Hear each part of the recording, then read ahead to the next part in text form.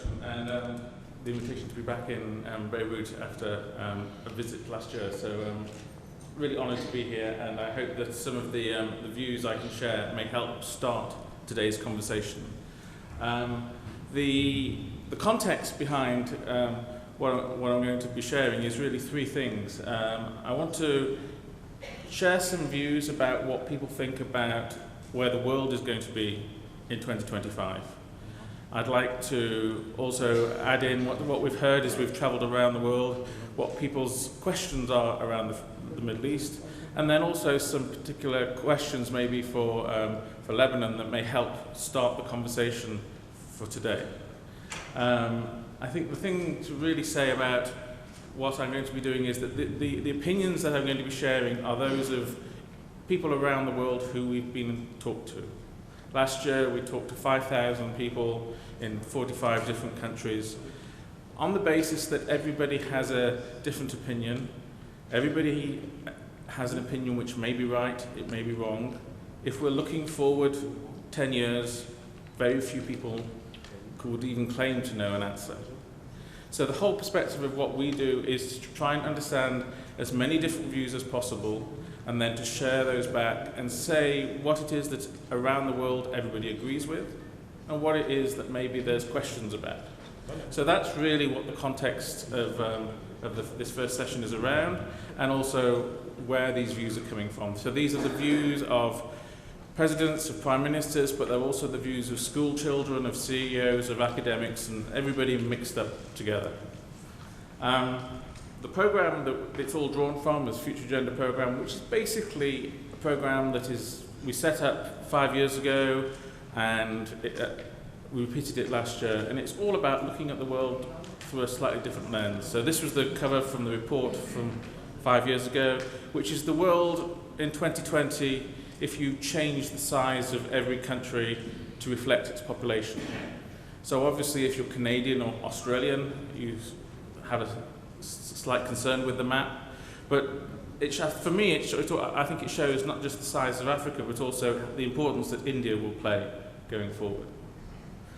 And I suppose to a certain context, my role this morning is to give the outside view, to give the view that comes not from looking within Lebanon at what you see going forward, but to say, if we look outside, what are other people saying that may be useful, that may be relevant? So I'm very much sort of giving you that external view that as we go through the day, you'll be able to interface with what you think and what some of the opportunities that you see going ahead.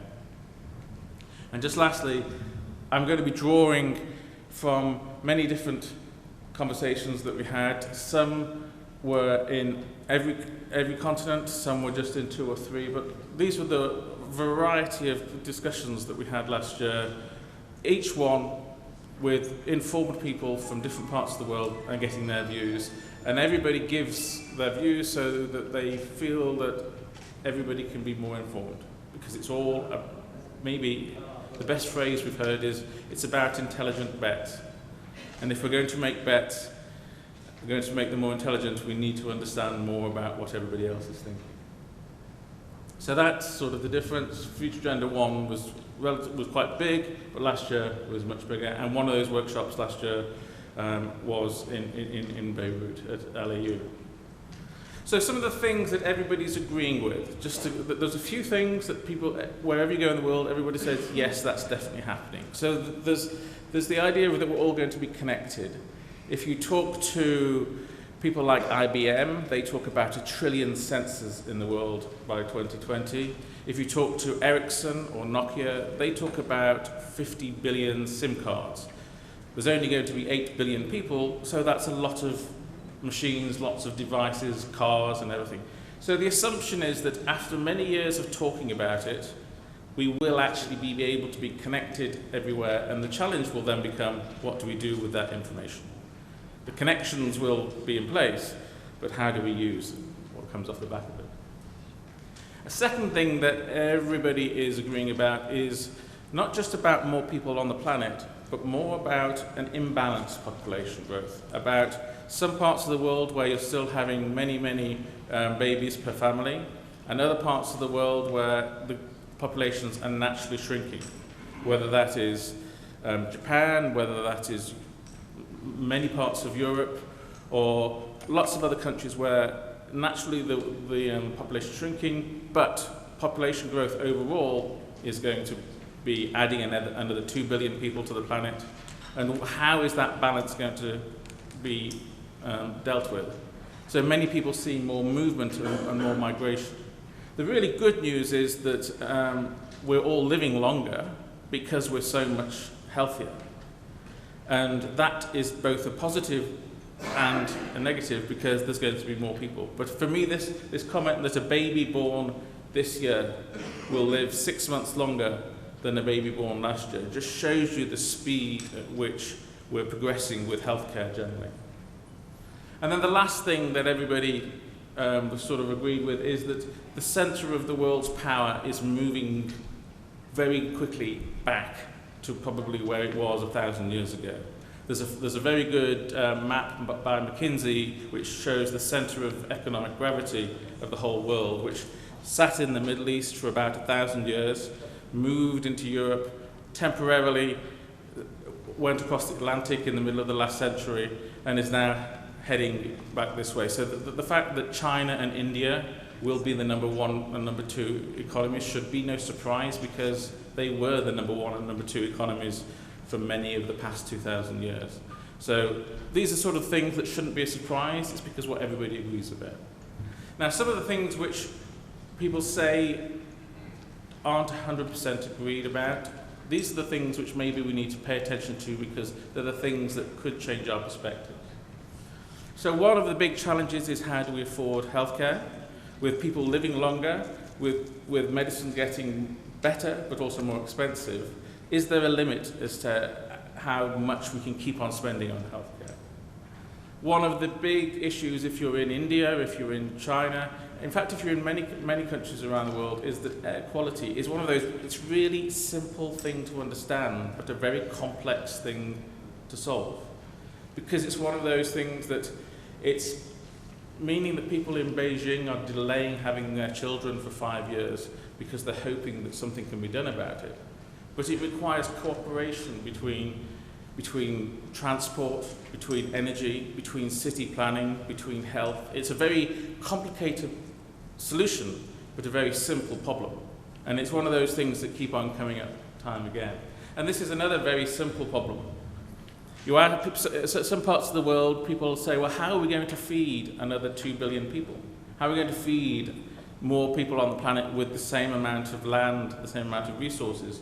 And people say, well, the answer is, let's not waste so much food.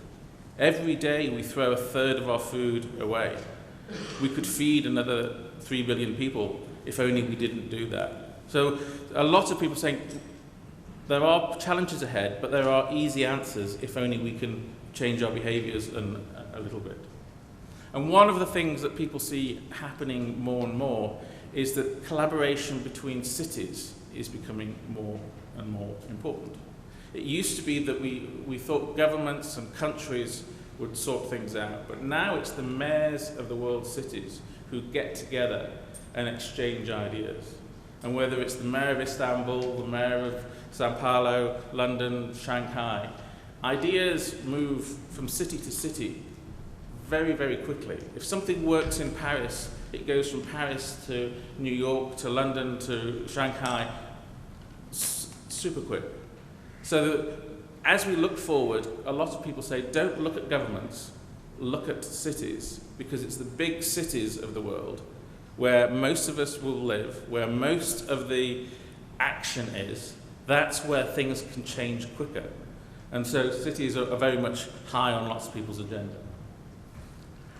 At the same time, because more of us are moving into cities, more of us are doing less exercise, and so from a healthcare perspective, the big problem is overweight people in cities, and particularly children. If you've been to China recently, if you've been to some parts of India, really the sorts of pictures that you'd expect to see in Texas are the sort of photographs that you could take in Beijing and Shanghai. There's a huge problem about lack of physical activity, which relates to the way that we use our cities. We're moving around in cars, we're not walking, we're not cycling. So what can we do? It's a very simple problem. What can we do to change this? Because if we don't solve this problem, then all the healthcare costs start to go up and up and up. On a positive side, lots of organizations are seeing that digital information is going to be more and more important. There's almost a land grab taking place where everybody wants to own as much information as possible. People are talking about data becoming a currency, and maybe data even being part of a marketplace. So just like we sell stocks and shares, just like we sell gold and oil on a stock exchange, will sometime over the next 5-10 years, will we start to exchange data? Because at the moment it's very much a hidden thing where one government sells data to another government, one company sells data to another company. What happens when it's all more open and more transparent? And this is one of the things that it was mentioned in Mumbai, in California, in Sao Paulo. It's mentioned all over the world. Everybody thinks we're heading this way, but nobody knows how this is going to work. So this is the opposite of something like air quality, where everybody understands the problem and knows what the answer is. This is one of the ones where everybody thinks there's an answer, but doesn't yet know what that answer is. And associated with that, maybe we need to change our view of privacy.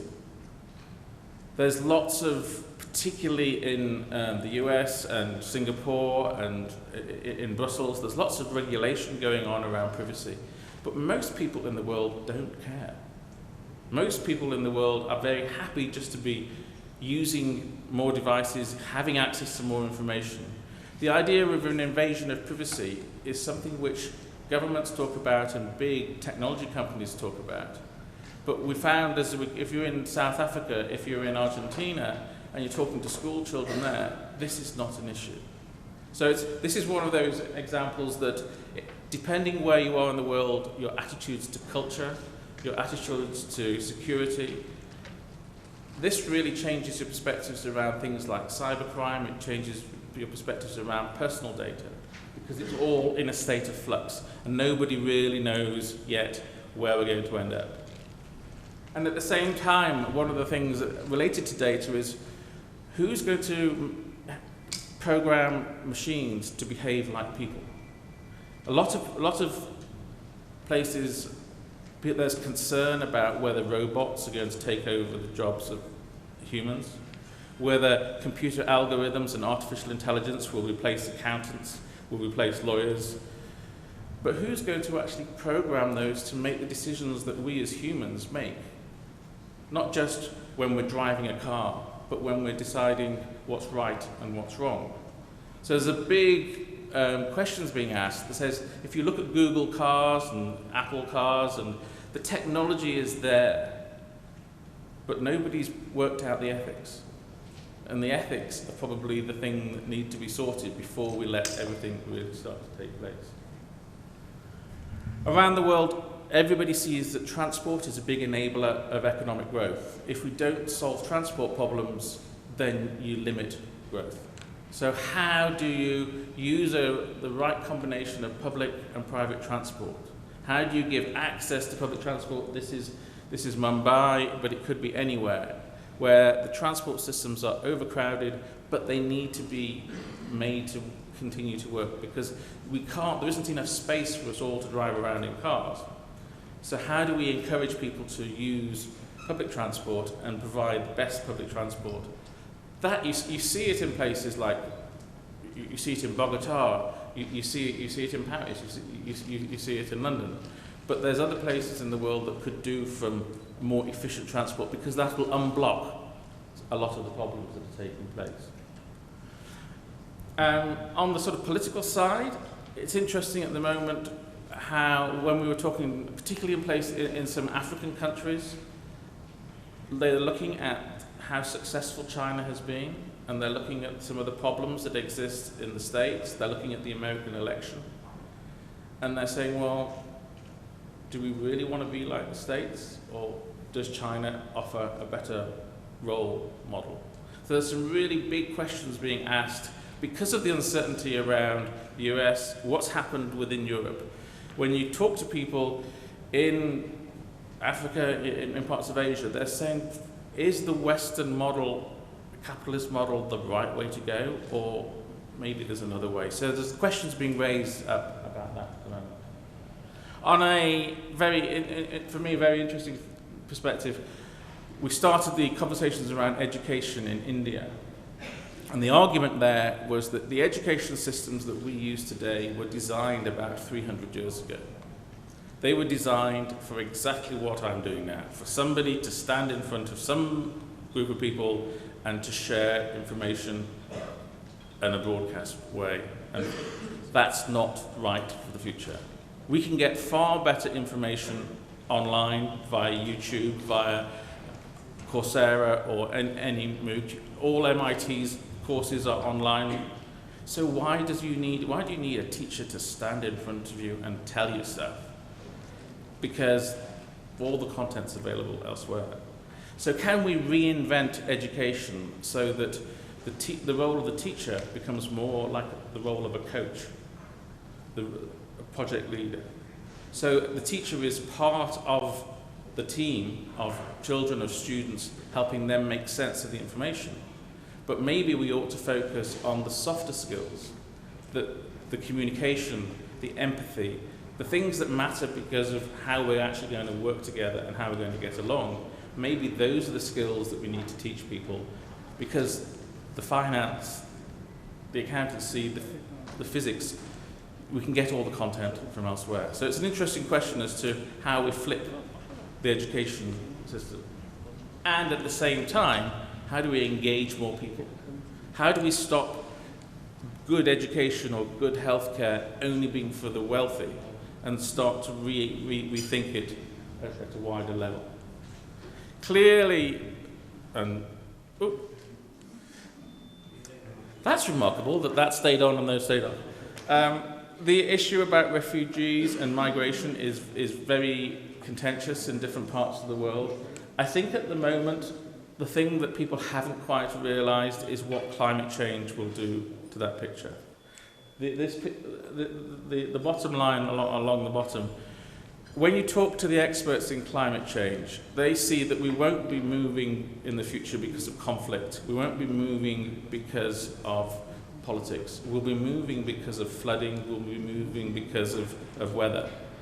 And there's different models as to what 2 degrees of climate change does, what 3 degrees, and what 4 degrees. But if you look at the model for 4 degrees of climate change, that means 1 billion people moving north over the next 50 years.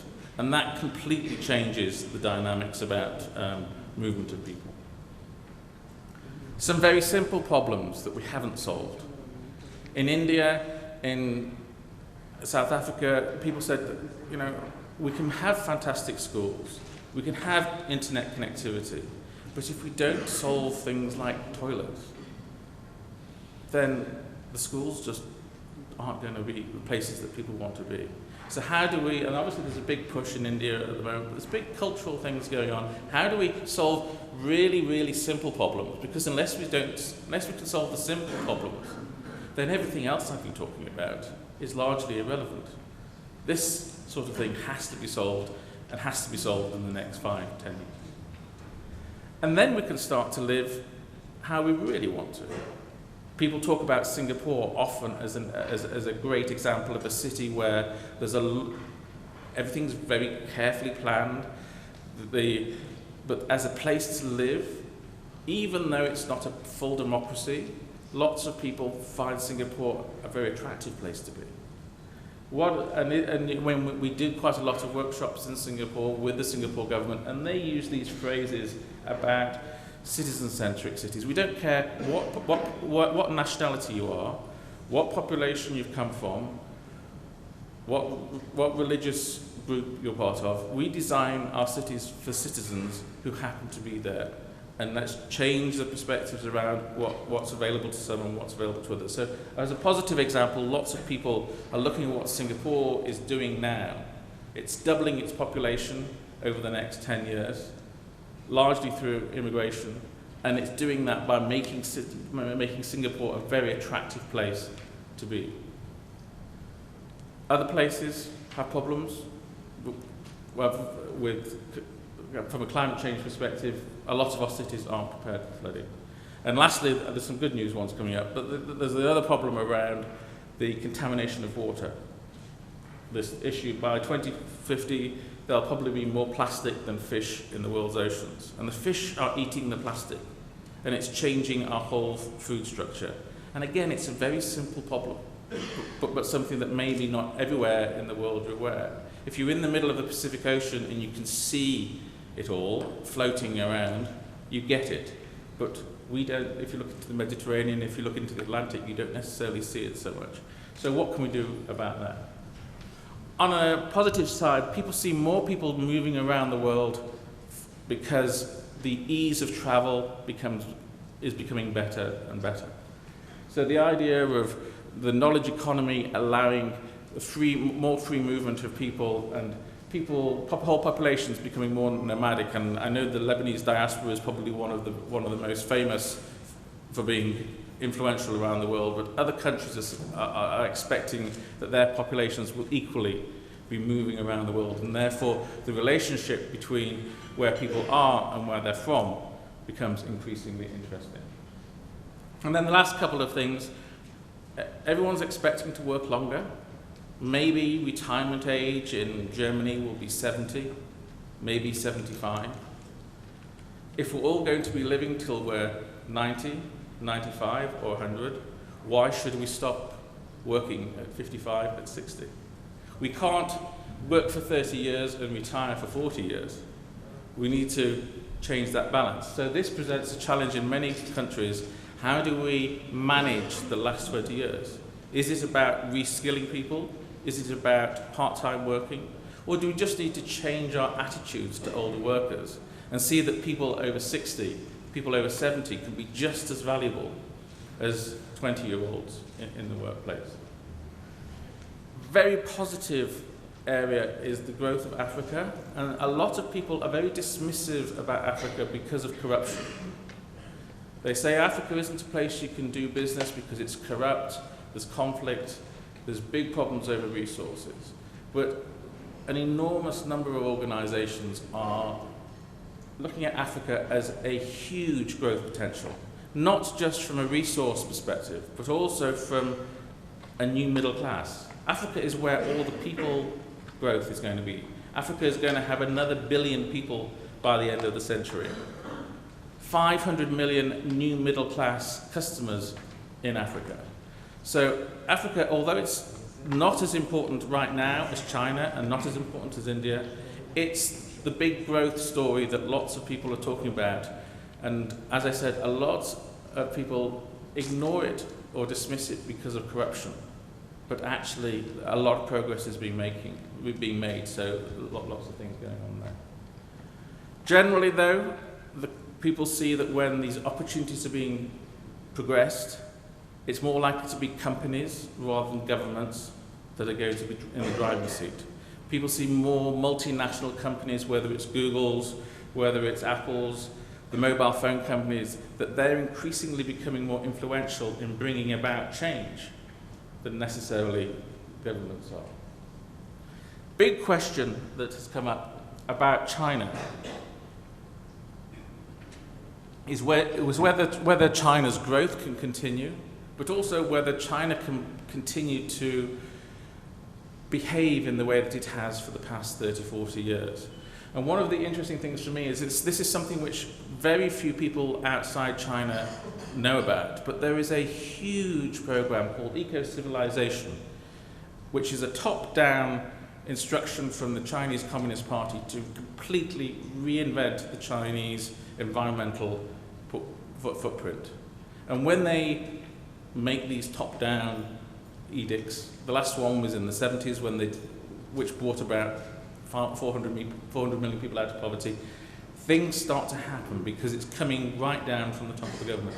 And the aim is that China will be carbon neutral by 2030 and is looking at becoming far more of a world leader. So when you look at where is all the interesting stuff happening in solar energy? Where should you be looking for new battery technologies? Where should you be looking for clean air initiatives? The usual places of California, of Silicon Valley come to mind, but don't ignore what's going to be happening in China, because they are putting an enormous, huge amount of resource behind this, because they realize that they're the ones who are suffering most from their actions for the past 30, 40 years, and nobody's going to do anything about it. So it was quite interesting in Paris in December, just how the Chinese attitude to climate change has shifted very quickly in the past couple of years. And then lastly, a couple of things from a finance side. Lots of people see money being increasingly digital, but we'll always have cash. The idea of a world where there is no hard cash is something people dismiss. Whether it's because people like to work outside the system, or whether it's just because what happens when the power goes out, how does digital money really resolve? So people talk about 98, 99% of the world's money being digital by 2025, but there'll still be 1%, which is real cash, real notes, etc. And then lastly, big question being asked is where are going to be the places that all the best people want to go to? If in the past 20, 30 years it's been San Francisco, it's been London, it's been Berlin, where's it going to be in the next 10, 20 years? Is it going to be Guangdong? Is it going to be Lagos? Is it going to be Buenos Aires? Where are there going to be the places in the world where people will want to be, because they're the interesting places where great projects happen? And increasingly we're more flexible about how we work, so it'll be the places that attract us that'll be most important. And then lastly, don't forget that things can happen very quickly. Whether it's things like Uber, things like Snapchat, they're growing enormously. When I was in Mumbai in October, I was talking to a company. They were just about to release a new business, create a new business. And I said, what are your expectations for how many customers you'll have? And they said, oh, well, we'll have 100 million customers in 100 days. Absolutely no question that that was perfectly feasible. And the idea of going from 0 to 100 million customers seems crazy in the world that most of us come from. But in Mumbai, they say, well, it's only 10% of the population. We can do that. So this whole idea of how quickly things can change is really capturing a lot of people's imagination. So that was just sort of an opening. I know that's lots of things, but it's just sort of to share with you the sort of things that people are saying around how the world's going to change. Some of those are big changes. Some of them are small changes.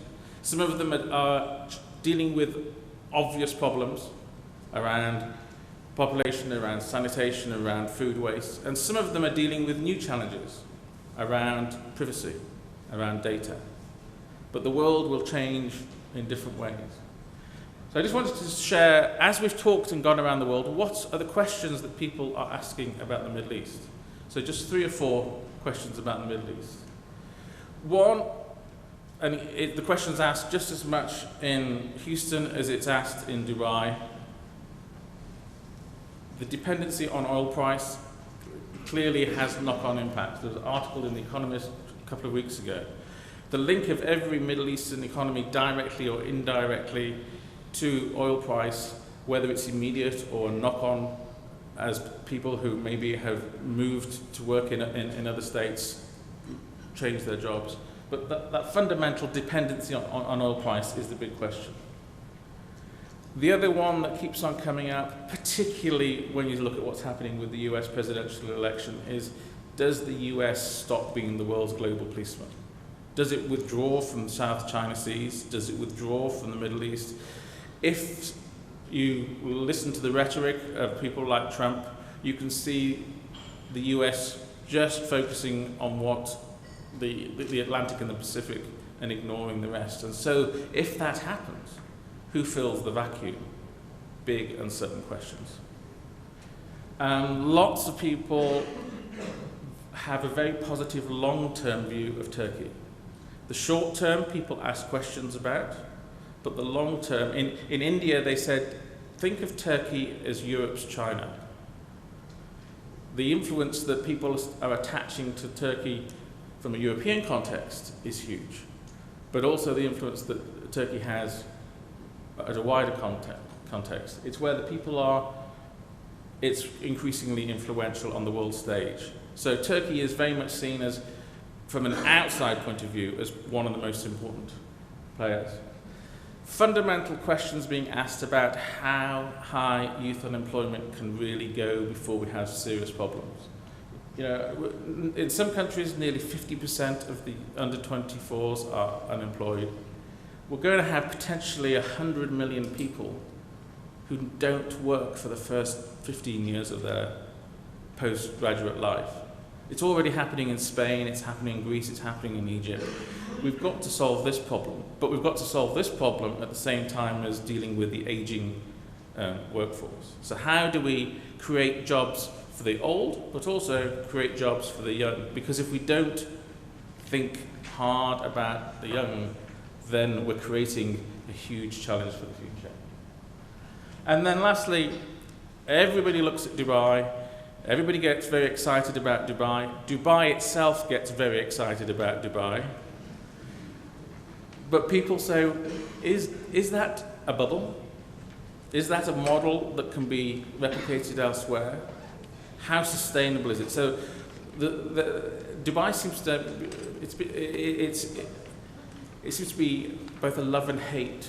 People think it's the best thing ever, and sometimes people think it's one of a really bad example, and it's the way not to go. So the questions all around the world are, is Dubai good or bad? We're not sure, but can the lessons from Dubai help in the wider context? So they were just some, those I'm not saying are right or wrong, they're just the questions that people ask as you go around and say, well, do we know the answers to any of these? And then lastly, just sort of bringing it home, and this is really sort of just to start the rest of the day's conversation, the things that people say when you ask in other countries, what about Lebanon, how do you see the role there? What are the few things that people talk about there? Financial services growth, lots of people see a huge opportunity, but there's a caveat around getting rid of the red tape and making Lebanon as easy a place to do business as other parts of the world. So when you talk to the banks, they're excited, but there's a few caveats around it.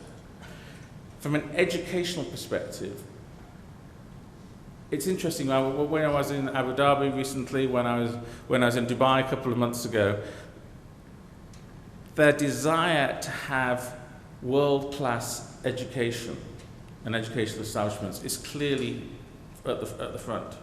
But I said, well, why don't you follow the example of Singapore and build your own universities? Singapore Management University, NUS, National University of Singapore, they've built, and Singapore has become incredibly successful because it has fantastic education, but it has homegrown education. And clearly what you find in Dubai, what you find in Abu Dhabi is imported. So it's campuses from elsewhere. What people talk about Lebanon is actually this is one of the places in the Middle East with the history and the heritage of having some great universities, of being the center of learning. So lots of people say, if we can't replicate this, how can Lebanon be even more successful by making the most of its education? The whole creative economy. Many places that we go, we have workshops with people, and the people running the design agencies, the TV stations, many of those are the Lebanese diaspora. Lebanese people are seen by the outside world to be incredibly creative and driving a lot of the media and the knowledge economy. So the questions get asked as to how can that benefit Lebanon as well. Agriculture, quite clearly, everyone from the outside thinks wine, but it's far more than that. But how can the agricultural sector in Lebanon help move things forward? And then, particularly as a highlight, in the region, female education, female leadership, all seen as a star and something that can be capitalised on. Yes, it's not the same as Sweden or Norway, But compared to a lot of other countries, Lebanon is seen to be very progressive and very positive. And if the rest of the world is trying to learn the benefits of having more women in leadership, more women in influential positions, there's a lot to be said for Lebanon. And then the last two, medical tourism. You may have heard the phrase. Lots of people think of it as people moving to have dentist operations or cosmetic surgery. That's how it was 20 years ago. What's happening now are people are moving around the world for cardiac surgery, for neurosurgery, for really complicated high-end stuff. If you go to Bangalore, they do cardiac surgery in Bangalore for $1,000 that is better than you'll get at the Cleveland Clinic in the States for $100,000. So people are flying to Bangalore to have cardiac surgery. People are flying to Turkey, people are going to Thailand. So, and again, a lot of the surgeons you come across are Lebanese. So where is there an opportunity for Lebanon to be a destination that people go to for high-end surgery, for cardiac surgery, for neurosurgery, that is something that people are increasingly price conscious about, but they're also really conscious about the quality. So can you match that quality and price at the same time? And then lastly, people say, well, what about tourism? And I think, to be honest, people say yes, but it's going to be a long time. Recreating what was the view 20, 30, 40 years ago is going to may come around, but the wider world probably says maybe not immediately. So none of those, as I said, are right. None of those are wrong. They're just the views of people we talk to. They're the views of people like you in different countries when we ask at the end of every discussion, what do you think? What's going to change? What's going to be important? There's some of the things. And if you want any more information, it's all available online, via the website, via books. So it's all there for everybody to use and hopefully stimulate some conversations. But as I said, my job this morning was not to give you the answers, but more to say this is what people think. Nobody's right, nobody's wrong, but everybody's opinion, maybe we ought to listen to it and respond. We may not agree with half of what I've said, but somewhere enough people in the world think that it's made it through all our conversations. So my sort of parting comment is just to think about, suspend judgment, but think about what the consequences of some of these questions may be as we go through the rest of the day. So thank you very much.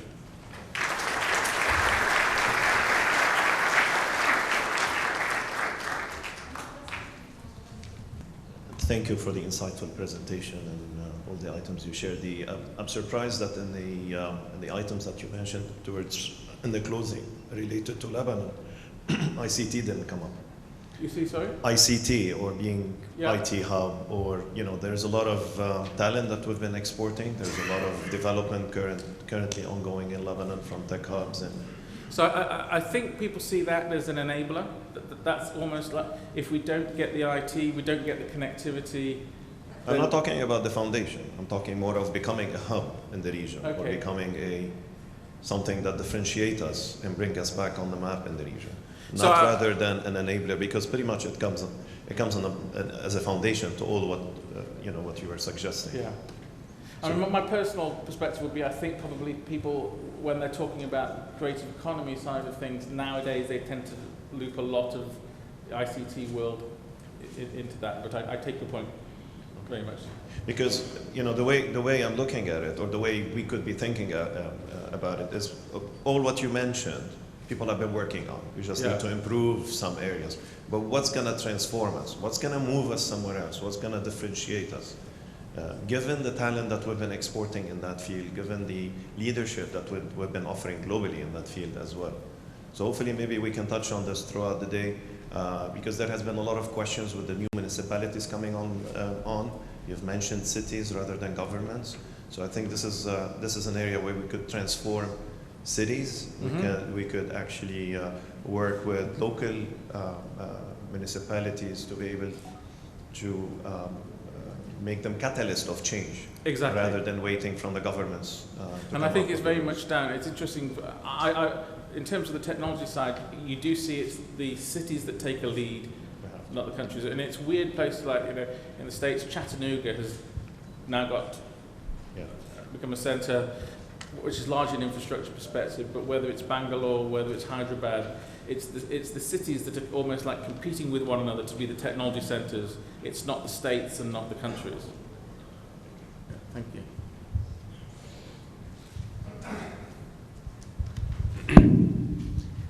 Thank you very much. Very interesting talk. I concur with many of the ideas that you had mentioned about the global trends. Again, my question is about Lebanon, the part on Lebanon at the end.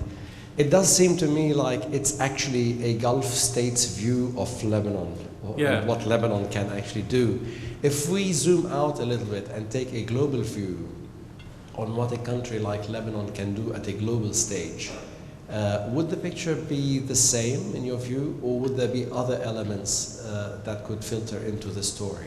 So in my view, I agree that there's, particularly in some of the areas we've talked about, whether it's the Lebanese diaspora, the influence, and some of the sectors that people are very active in.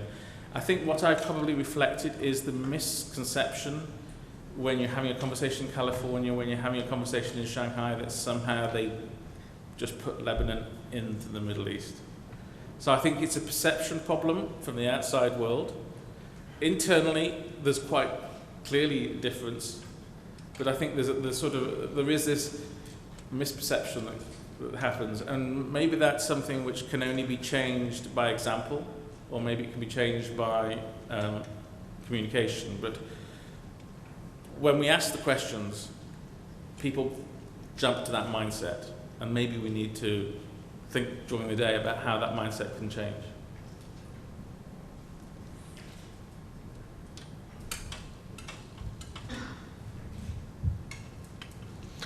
Thank you for your excellent presentation. In your last slide, you mentioned that tourism in the future, short future, it is not well considered in Lebanon. And I believe it has to do with the security situation in the region now. Would you expand a little on what are your perceptions regarding security in the region for the next 10 years? I honestly don't think I would have an answer that is credible. I've listened to lots of different people with lots of hypotheses, but can I ask you if you think you have a view of the security situation in the next 10 years? I asked this question because I have to present, the perception of security in 2025, and I really to point out that economy and security are incredibly deeply linked. Related. Thank you. I think the reason why the perception of tourism down the line, not now, is very much linked to that security thing. And it's what people see on CNN, it's what people see on TV that change.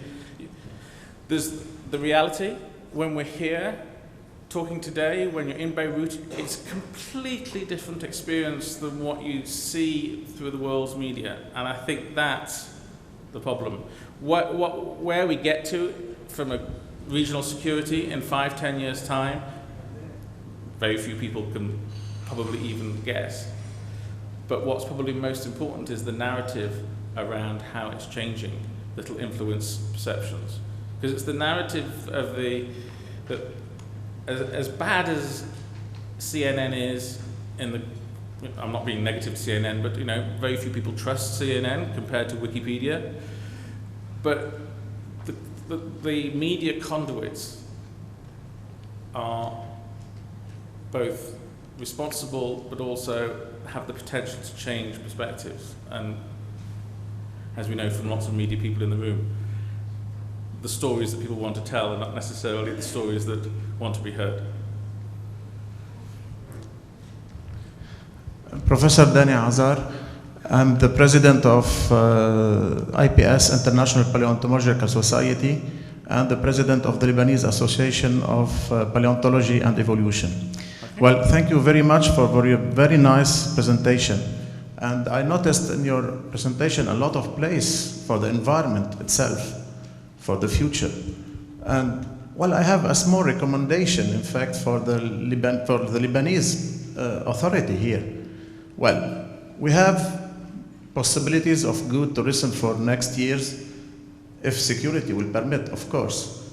But also we can think about a scientific tourism for this country. Well, Lebanon is one of the countries, which is a small country, but very and extremely rich in biodiversity. Mm-hmm. Historical one, in fossils, and in recent one. So we have something which is lacking in this country, in fact, which is a natural history museum for the country on a national level. And it can gather a lot of natural things that are existing in Lebanon. And I mean here, there could be a kind of archive of the environment existing here in Lebanon. Since we are assisting for a lot of change in weather and everything, so we don't have an archive, and this type of archive can only be in a natural history museum. So we are today receiving a lot of colleagues from European and American and other countries just for coming here and seeing what we have as natural resources in Lebanon. And I mean here, for example, just on the field that I know very well, the paleontology. Mm-hmm. We have over 400 outcrops of amber in Lebanon, the oldest one in the world. And it's very important to study and understand the evolution. We have very nice outcrops of fossil fish as well, well reputed in all the world. So why to think also to make a kind of investment in this field and create a natural history museum which could enhance and, let's say, encourage, in fact, a kind of scientific and ecotourism for this country. Yes, Thank you. That's one example of some of the things that maybe as the rest of the day goes ahead, we may want to discuss the opportunities. Conscious of the fact that I've probably started a conversation going, but there's many people in the room who are going to present their views to speak. May I suggest that we move on and then we can carry on layering in different views as we go. But thank you very much. I hope it was a useful starting point, and thank you again for the invitation to be here.